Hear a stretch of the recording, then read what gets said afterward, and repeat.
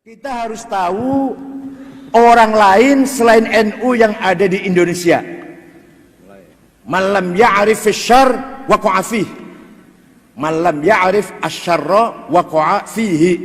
Barang siapa tidak mengenal kejelekan, jangan-jangan akan terjerumus di situ. Pertama, A. Gerakan tarbiyah. Gerakan tarbiyah ini dimulai dari para pelajar, mahasiswa mengkaji kitab-kitabnya Hasan al-Banna, Said Qutb, Said Ramadan, Syekh Yusuf Qaradawi, diperkuat oleh lulusan-lulusan Al-Azhar, pola pikir, cara berpikir Ikhwan Muslimun, dan terakhir tarbiyah ini resmi masuk menjadi underbawnya partai PKS. Ya, harus tahu saja ini. Yang kedua, Jamaah Tabligh wal Khuruj, yang kalau Jawa Timur di Temboro Magetan, almarhum Kiai Uzairon. Enggak, ini belum tentu kalau saya ceritakan itu jelek loh ya, tapi kita harus tahu di luar NU ada siapa-siapa. Yang ini yang belum banyak orang tahu saja. Jamaah Tabligh wal Khuruj berasal dari India. Pendirinya namanya Syekh Muhammad Ilyas Kandahlawi. Dia menyerukan dan memulainya dengan cara bepergian bersama ke daerah-daerah yang ada kaum musliminnya, serta mereka tidur di masjid-masjid atau rumah para pemuka agama di daerah tersebut. Semua orang Islam harus pernah dalam hidupnya khuruj, keluar minimal 4 bulan. Kalau sudah 4 bulan, mau terus khuruj boleh, mau tidak juga boleh. Itu wajib khuruj itu minimal 4 bulan. Yang dibaca kitab Fadhailul A'mal. C. Hidayatullah. Hidayatullah didirikan atau dimulai oleh seorang yang namanya Abdullah Sa'id, mantan dari anggota DITII. Abdullah Sa'id mendirikan Hidayatullah di Balikpapan, Kalimantan Timur, dan di Jakarta juga didirikan dengan ketuanya Abdurrahman. Sejak tahun 70-an, Hidayatullah berkembang dan sekarang sudah ada 140 cabang, dan mereka mendeklarasikan sebagai ormas Islam di tahun 2000. Ini agak keras sedikit. D. Grup Mujahidin. Grup Mujahidin adalah istilah yang dipakai oleh kelompok alumni Afghanistan. Jadi ketika Pak Presiden Habibie jadi presiden, memberikan ampunan kepada pelarian-pelarian politik, silahkan pulang, bebas, tidak ada sanksi hukum. Udah ini mereka itu aidina ilal bilad, pulang semua ke tanah air kita ini, dan menjadikan penyakit yang luar biasa, terjadi bom Bali dan bom di mana-mana. Mereka adalah kharijin Afghanistan. Alhamdulillah, bukan Quran diboyo, alhamdulillah. Nah, yang terkenal adalah ketika berkumpul di Jogja, resmi berdiri Majelis Mujahidin, diketuai oleh Gus Abu Bakar Ba'asyir, yang jenggotnya panjang itu. Dan biasanya orang kalau berjenggot tidak cerdas. Orang cerdas nggak berjenggot. Ki Ma'ruf Amin nggak berjenggot, Gus Dur, Pak Nurholis Majid nggak berjenggot, Pak Nuh nggak berjenggot. Orang cerdas semuanya.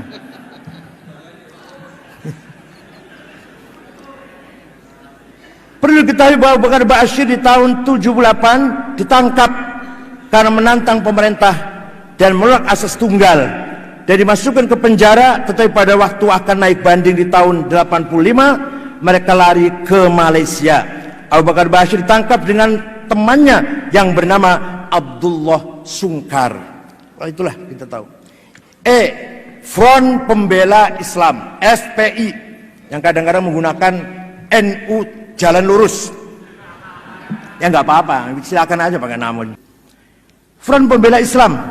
Front Pembela Islam berdiri tahun 97 atau di awal 98. Tidak tahu siapa yang sponsori, tetapi bersamaan dengan adanya PAM Swakarsa yang waktu itu bermarkas di Masjid Istiqlal, gerakan-gerakan yang akan menggagalkan sidang umum MPR dan DPR. Tetapi ada lagi satu versi lain yang mengatakan bahwa asal mula terbentuknya Front Pembela Islam setelah terjadi kerusuhan di Jalan Gajah Mada di Jakarta, dan juga ada lagi katanya dibentuk oleh beberapa orang dari militer. F. Hizbut Tahrir, HTI. Ini harus tahu juga, Hizbut Tahrir dilahirkan Hizbut Tahrir adalah bahasa Arab dari Partai Pembebasan atau Kemerdekaan. Hizbut Tahrir didirikan tahun 52 oleh Taqiyuddin An-Nabhani di kota Haifa di Palestina. Taqiyuddin An-Nabhani mendirikan Hizbut Tahrir untuk kemerdekaan Palestina. Waktu itu tidak banyak orang merespon kegiatan tersebut.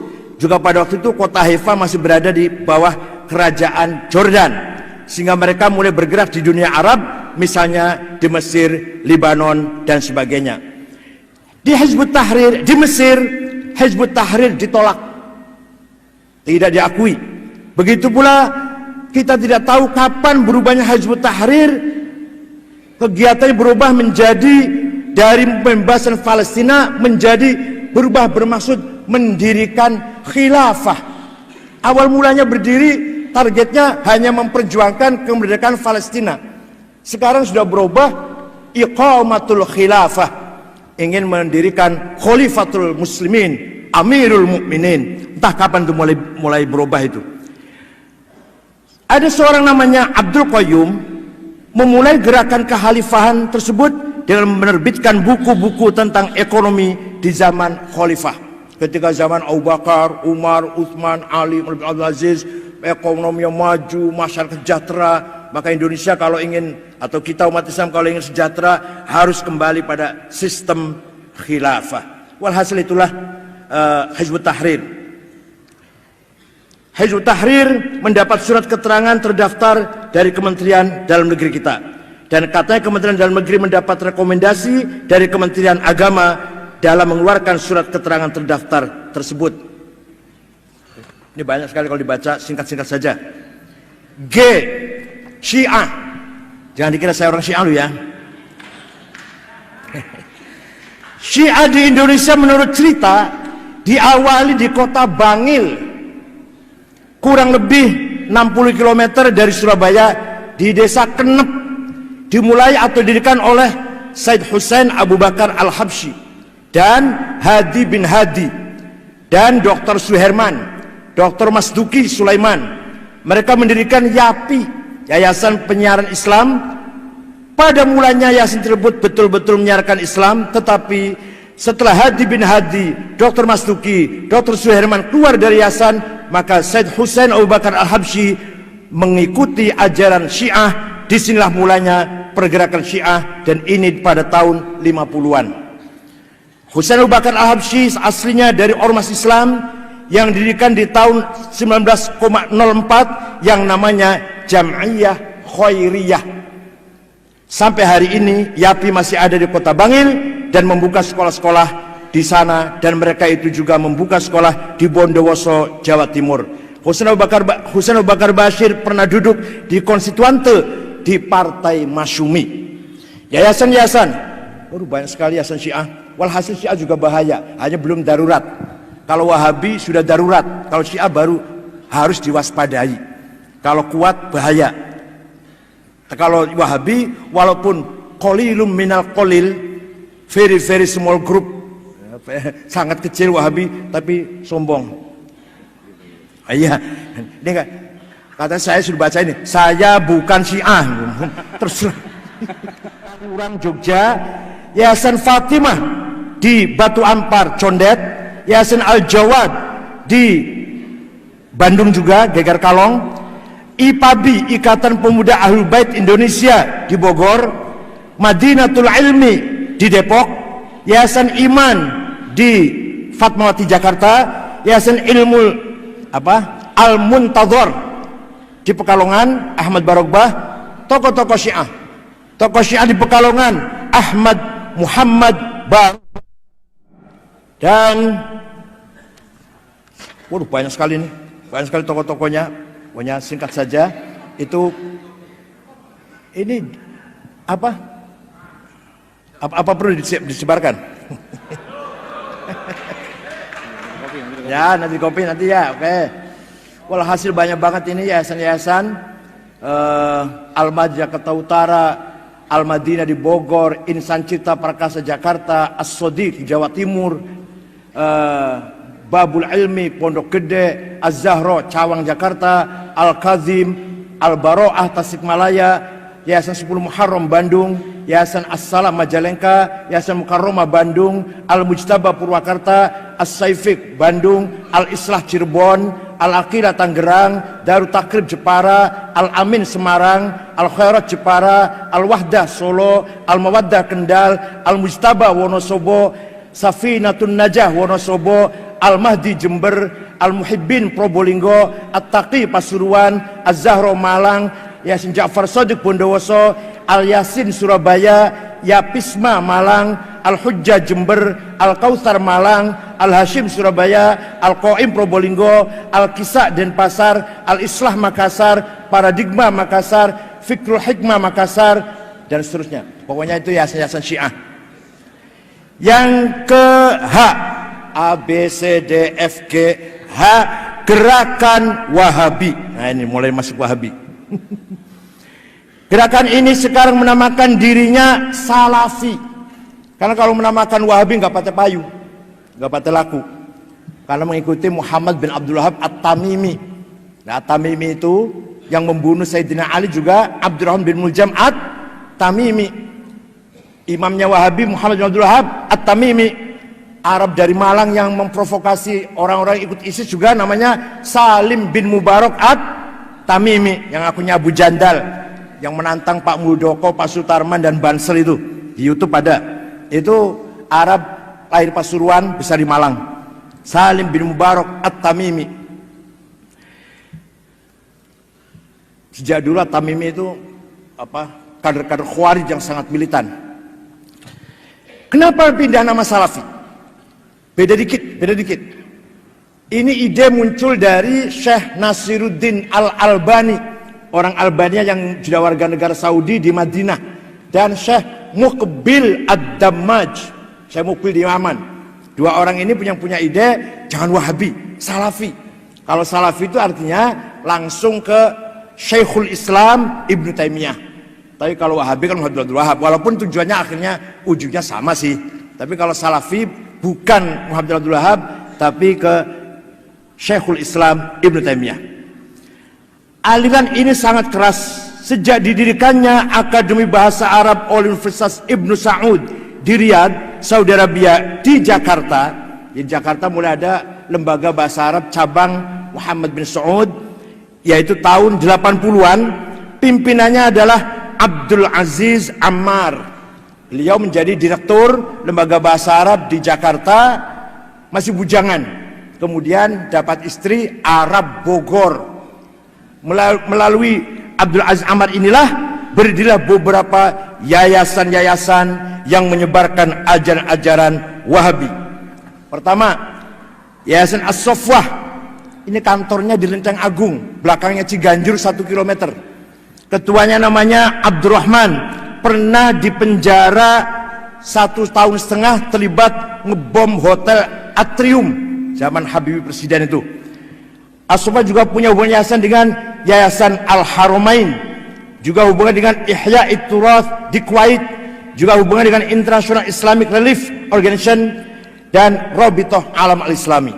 Yang kedua, Yayasan Al-Huda di Cimanglit, Bogor. Pendirinya namanya Takdir Syamsuddin Ali, lulusan Libya. Ini juga hubungan dengan tadi itu, dengan International Islamic Relief Organization. Kemudian Yayasan As-Sunnah di Cirebon Selatan. Kalau saya Cirebon Utara, ini Cirebon Selatan. Cirebon Selatan di Desa Kali Tanjung namanya, Kecamatan Cirebon Selatan.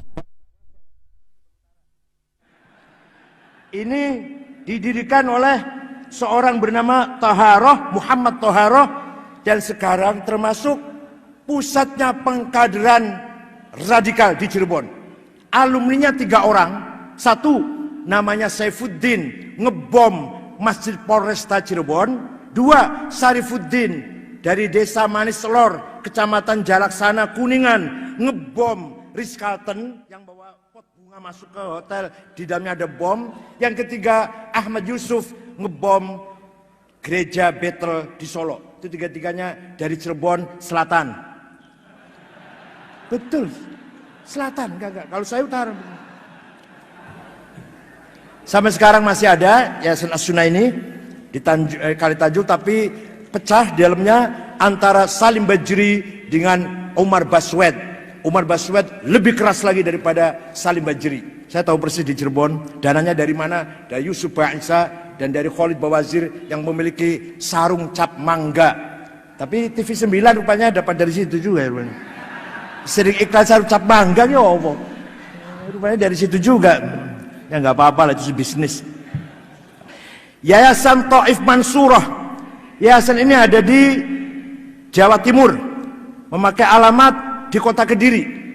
Gus Kafabi di Kota Kediri, PO Box 182, nomor telepon 0354394947 di Kota Kediri.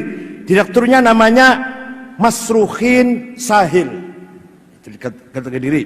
Kemudian Yayasan Dakwah Islamiyah, ketuanya namanya Cecep Romi Hidayat di Rangkas Bitung, Banten. Kemudian Yayasan Wihda Islamiyah. Yayasan ini dibangun oleh orang Makassar, asal Makassar, namanya Muhammad Ikhwan, berkantor di Duren Sawit, Jakarta. Yayasan Al-Imam berada di Sukabumi, ketuanya, direkturnya namanya Bukhari Muslim. Yayasan Darun Najwa di Jakarta Timur, di Kebon Nanas, Jalan Setia, ini juga berhubungan dengan Yayasan Al-Haramain yang ada di Saudi Arabia. Yayasan El Data, ketuanya namanya Yusuf Harun. Yayasan Markaz Al-Faruq, ketuanya namanya Mamduh Farhan Bukhari, dibantu oleh Amin Rojab Arab Bondowoso. Amin Rojab itu kalau nggak tahu, itu alamatnya di Jalan Danau Toba, Jember. Itu barangkali yayasan-yayasan Wahabi yang harus kita ketahui. Tapi sekarang akhir-akhir ini beberapa yayasan yang saya sebut tadi sudah mulai di internalnya sendiri sudah mulai konflik. Jadi kalau kelompok radikal itu nanti salah satu anggotanya ada yang sedikit aja kendor langsung pecah. Sejak dulu begitu, Khawarij langsung pecah jadi 20. Karena kalau sedikit aja ada yang beda pendapat langsung mendirikan organisasi sendiri. Kata Al-Asfariyah, pokoknya bukan Khawarij itu kafir, kufrul akidah. Perempuannya, anak-anaknya boleh jadikan budak. Kata An-Najadat, tidak, kafir kufron nikmah. Anak kecilnya dan perempuannya tidak boleh dijadikan budak, tidak boleh menjadi rampasan perang. Itulah pokoknya kalau kelompok ekstrim pasti mudah pecah. Tapi kalau kelompok moderat, insya Allah semakin solid, insya Allah. Kecuali yang tidak mau solid. Ya, jaringan-jaringan Wahabi ini sangat banyak sekali. Semua data-datanya ada sama saya. Bahkan ada yang memiliki sampai ratusan hektar kebun sawit yang sangat menghasilkan, produktif, membiayai gerakan-gerakan mereka itu. Ini ada yang kebun sawit, ada yang punya kilang sumur-sumur minyak juga, ada yang punya koperasi sangat kuat, dananya dari Kuwait, dari kedutaan Kuwait, dibangun pada Agustus tahun 2001 dengan dana yang sangat luar biasa. Walhasil inilah ghairun nahdiyin. Tambah lagi kalau kata Ki Ma'ruf, apa Ki Ma'ruf? Liberal juga bahaya ya. Liberal juga bahaya. Tapi kalau liberalin bahayanya tuh di level elit. Orang-orang MWS ini belum merasakan bahayanya liberal. Kalau liberal itu baru di level elit, mengajak orang bebas berpikir tanpa ikatan agama, ikatan nas, Quran, hadis. Lepaskan itu namanya berpikir liberal. Kalau masih qala Allah Ta'ala, kalau masih qala Rasulullah, ya nggak liberal dong. Apalagi saya. Ada yang mengatakan saya liberal, ya nggak mungkin lah. Oh, saya ini, ilmu saya ini nggak keluar dari Fathul Mu'in, Fathul Wahab, Baitul Usul, Alfiyah, apalagi Jamul Jawame, nggak keluar dari tarikh, ilmu kalam, nggak keluar di situ. Saya nggak pernah baca bukunya orientalis, saya nggak pernah baca bukunya Godsiher, Harvey Spencer atau Will Durant, nggak pernah saya baca buku. Yang saya baca itu bukunya kita Imam Asy'ari, Baqillani, Haromen, Ghazali. Yang saya baca lagi Ibnu Arabi, Al-Hallaj, dan itulah walhasil. Yang saya baca ilmu kalam, tasawuf, filsafat Islam Ibnu Sina, Farabi Kindi, kemudian fikihnya Fathul Mu'in, Fathul Qarib, sampai saya hafal Fathul Mu'in sampai agak hafal lah. Terutama bab jihad saya hafal Fathul Mu'in. Faslun fil jihadi wa huwa fardu kifayatin marratan fi kulli am wa anwa'uhu arba'atun itsbatu wujudillah wa iqamatu syariatillah wal qitalu fi sabilillah wa daf'u darari ma'sumin musliman kana aw muslim bil it'ami wal iksai. Ketua umum PBNU harus hafal Fathul Mu'in. Enggak guyon. Walhasil saya bukan Syiah. Saya bukan liberal. Saya masih khazanah keilmuan saya.